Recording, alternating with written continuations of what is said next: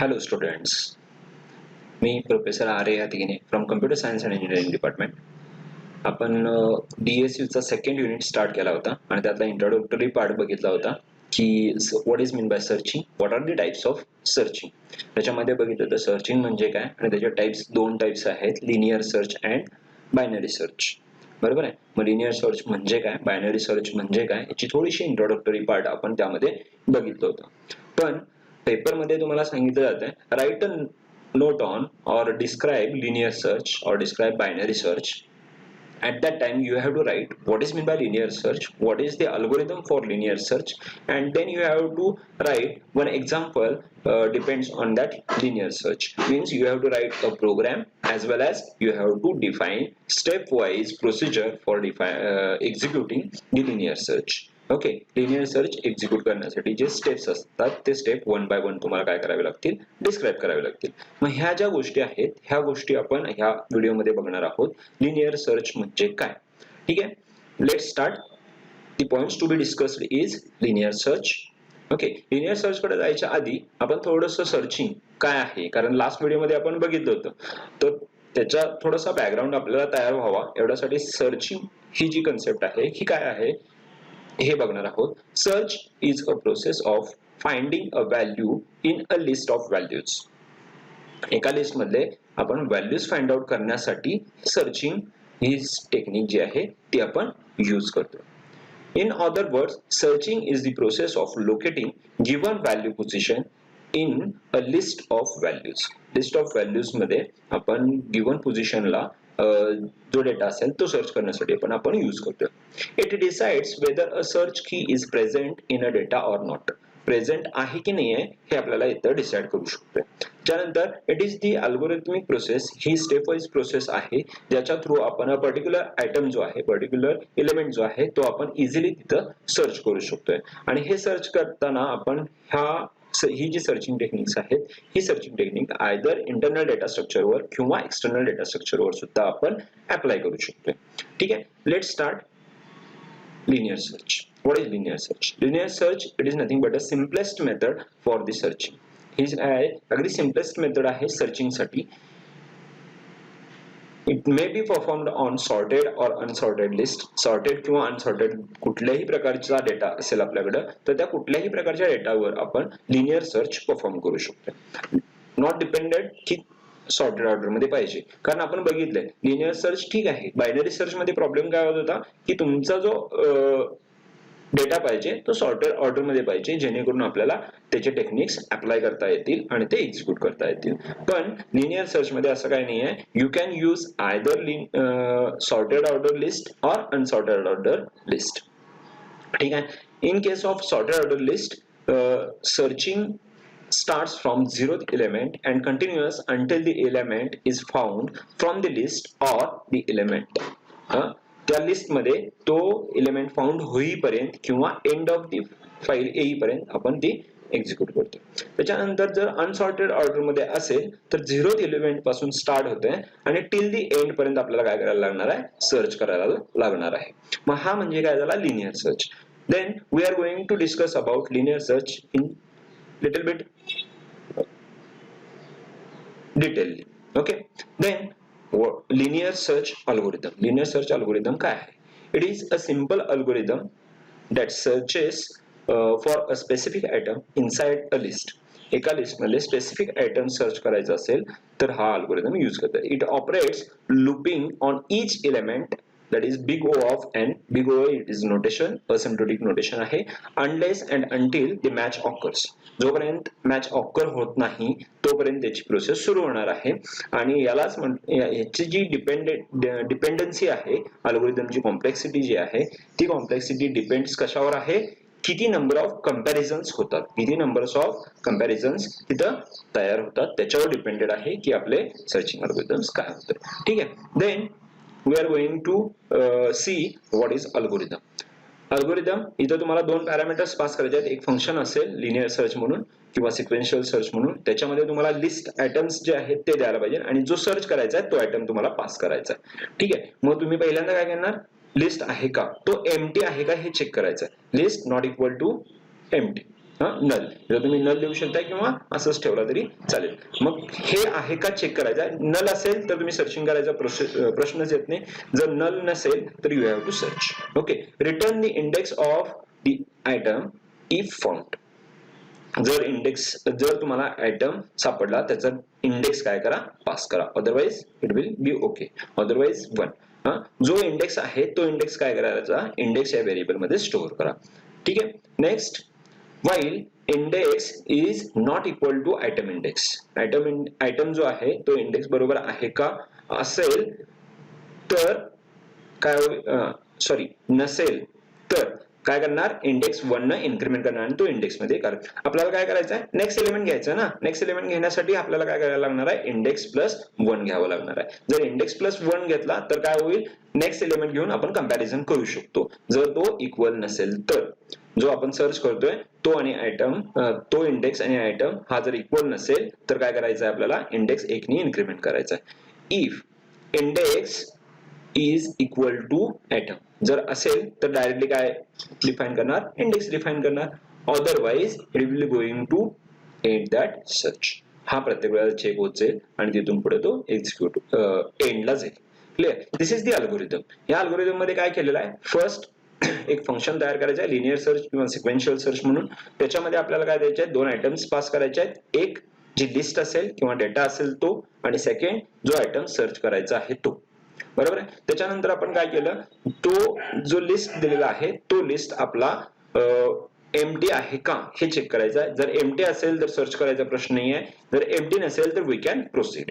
मग ज्या वेळेला आपण प्रोसीड करतोय तेव्हा फर्स्ट एलिमेंट जो आहे तो इंडेक्स मध्ये घ्या आणि then you are going to check the index value जी आहे. इंडेक्स सपोज फर्स्ट व्हॅल्यू 0 असेल, लिस्ट मधली 0th व्हॅल्यू कुठली आहे ती चेक करा आणि आयटम बरोबर चेक करा. जर ती नसेल, इक्वल नसेल, दोन्ही मॅच होत नसतील तर you have to increment 1 index.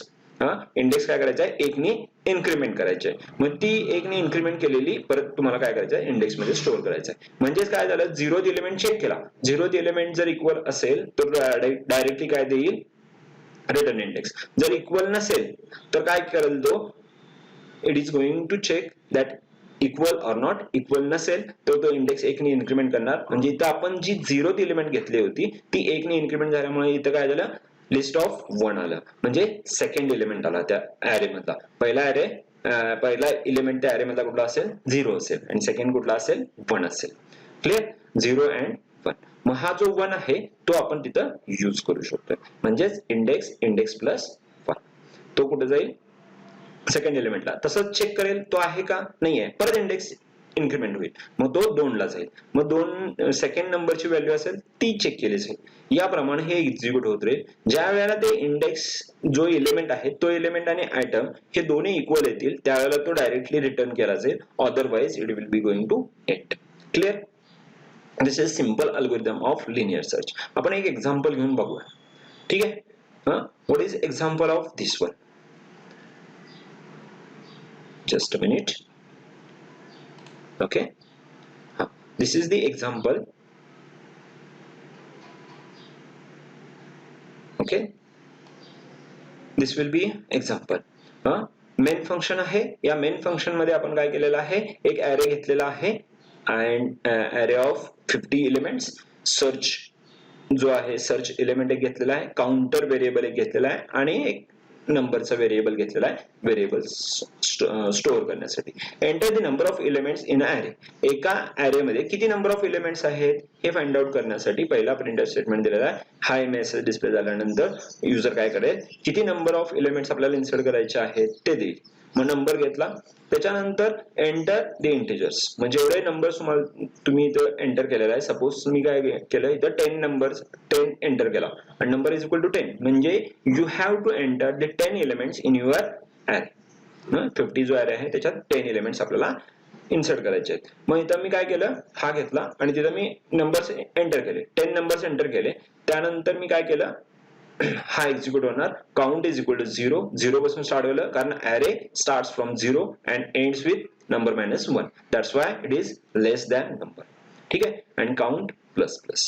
ठीक आहे. त्यानंतर एम्परसाइन ऍरे काउंट. हा काय करेल, ह्यामध्ये ह्या अरे मध्ये ते प्रत्येक व्हॅल्यू स्टोअर करत जाईल. अरे ऑफ 0 मध्ये पहिला एलिमेंट इन्सर्ट करेल, हा इन्क्रीमेंट होईल, 1 होईल, परत तो इथं स्टोअर केला जाईल अरे ऑफ 1, परत तो स्टोअर केला जाईल अरे ऑफ 2, अरे ऑफ 3, अरे ऑफ 4, अरे ऑफ 5 असं करत करत तो कितीपर्यंत जाईल, 10 पर्यंत जाईल. ही सगळी व्हॅल्यू या अरे मध्ये स्टोअर होईल. त्याच्यानंतर आपण काय करतोय, जो एलिमेंट आपल्याला सर्च करायचा आहे तो एंटर करायला सांगितला युजरला आणि तो सर्च मध्ये घेतला. आता आपल्याकडे दोन व्हेरिएबल्स आहेत. कुठला, अरेचा व्हेरिएबल एक आहे आणि सर्च करणारा एलिमेंट जो आहे तो आहे. मग आपल्याला काय करायचं आहे, पूर्ण अरे मध्ये तो प्रत्येक एलिमेंट बरोबर कंपेअर करायचा आहे. म्हणजे 0th एलिमेंट बरोबर तो कंपेअर करायचा आहे, फर्स्ट एलिमेंट बरोबर कंपेअर करायचा आहे, सेकंड एलिमेंट बरोबर कंपेअर करायचा आहे. किती वेळा एक्झिक्यूट होईल, जेवढ्या अरे मध्ये एलिमेंट्स असतील तेवढ्या वेळा एक्झिक्यूट होईल. म्हणजे काउंट किती आहे 0 आणि नंबर किती आहे 10, म्हणजे तो किती वेळा एक्झिक्यूट होणार आहे, 10 टाइम्स एक्झिक्यूट होणार आहे. बरोबर आहे. मग इथं परत आपण काय यूज केलेला आहे, फॉर लूप, कारण ही जी कंडिशन आहे ही कंडिशन आपल्याला नंबर ऑफ टाइम्स एक्झिक्यूट करायची आहे. 10 टाइम्स एक्झिक्यूट करायचे आहे. म्हणून इथं काय केलं, जी कंडिशन आपण इथं 10 एलिमेंट्स इन्सर्ट करून घेण्यासाठी घेतलं होतं तेच आपण काय करणार आहे, 10 टाइम्स एक्झिक्यूट करण्यासाठी किंवा 10 नंबर्स बरोबर कंपेअर करण्यासाठी घेतलेलं आहे. मग इथं कंपेअर काय केलेलं आहे, व्हाईलची कंडिशन जी आहे ती घेतली इथं. मग इथं आपण काय केलेलं आहे, इफ अरे ऑफ काउंट, अरे ऑफ काउंट म्हणजे कुठला येणार, अरे काउंट इज 0, अरे ऑफ 0 म्हणजे 0th एलिमेंट, 0th पोझिशनला असलेला जो एलिमेंट आहे तो सर्च बरोबर, सर्च एलिमेंट जो आहे जो आपण सर्च साठी टाकलेला आहे तो आणि तो दोन्ही कंपेअर होतील. जर हे दोन्ही इक्वल असतील then it will be going to execute this one. If this is not going to compare, this is not going to match, then it will be going to execute next statement. It is it is going to execute for loop again. Clear? मग इथं काय, ज्या वेळेला हे execute होईल आणि हे match होतील त्यावेळेला काय होईल, इज प्रेझेंट ऍट लोकेशन, कुठल्या लोकेशनला प्रेझेंट असेल ते, आणि element is present in at location, कुठल्या लोकेशनला, count plus 1, count plus 1 ला हा आहे. count plus 1 का घेतलेला आहे, जी व्हॅल्यू आहे ती कुठल्या पोझिशनला आहे हे सांगण्यासाठी. ठीक आहे. जर ह्या फॉर लूप मध्ये तुमचा जो एलिमेंट आहे तो एक्झिक्यूट होत गेलेला आहे पण एलिमेंट सापडलाच नाहीये, अशा कंडिशनला तो काय होईल, इथं बाहेर जाईल आणि count is exactly is equal to number, म्हणजे काउंटची जी लास्ट व्हॅल्यू असेल इन्क्रीमेंट केल्यानंतर, म्हणजे 9th नंतर 10 असेल, मग 10 इज इक्वल टू नंबर, इथं अरे साइज किती घेतलेला आहे 10, हे दोन्ही जर इक्वल असेल तर it is going to show that the search element is not present in अरे.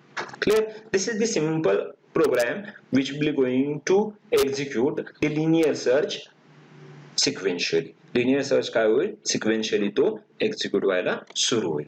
ठीक आहे. This is the all about your linear algorithm. आपण एक एक्झाम्पल घेऊन बघूया. जे लास्ट व्हिडिओ मध्ये आपण घेतलं होतं तेच घेणार आहे. ठीक आहे. 1 by 1 आपण प्रोसेस बघणार आहोत. त्यासाठी आपल्याला 5चा अरे आपण घेतलेला आहे. First element is 10, second element is 5, third element is 8, next element is 3, next element is 15. These are the 5 elements in your array. First element is 10, 5, 8, 3 and 15. What are the indices of these elements?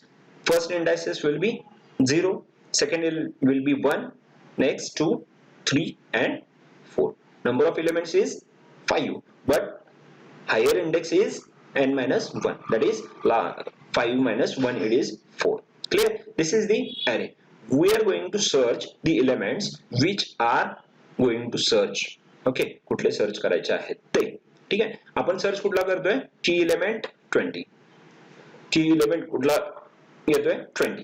आता आपल्या algorithm प्रमाणे, programme प्रमाणे आपण काय check करत होतो, पहिला n ची व्हॅल्यू किती आहे, नंबर जो घेतला होता त्या याच्यामध्ये तो व्हॅल्यू किती आहे 5, नंबर किती आहे 5, बरोबर आहे. अरे किती साईज आहे 5, की एलिमेंट कुठला आहे 20. ओके. मग काउंटर काय असेल 0 पासून 4 पर्यंत असेल, बरोबर आहे. मग पहिला condition, if array of count exact is equal to search काय आहे 20. फर्स्ट एलिमेंट घ्या, array of 0 is going to compare with 20, आहे का नाही आहे, म्हणून मग काय झाला, काउंटर व्हेरिएबल जो आहे तो इन्क्रीमेंट झाला, 0 plus 1 that is 1.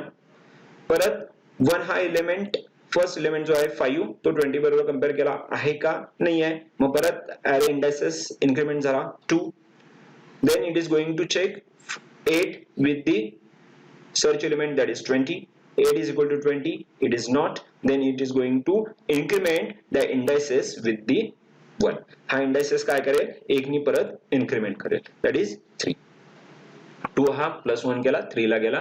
3 आता काय झालं, जो एलिमेंट आहे 3 तो 20 बरोबर कंपेअर केला, इट इज ओके, नो, हा कंपेअर होत नाहीये, इक्वल नाहीये, म्हणून तो काय केला, इंडायसेस परत वाढवला 4.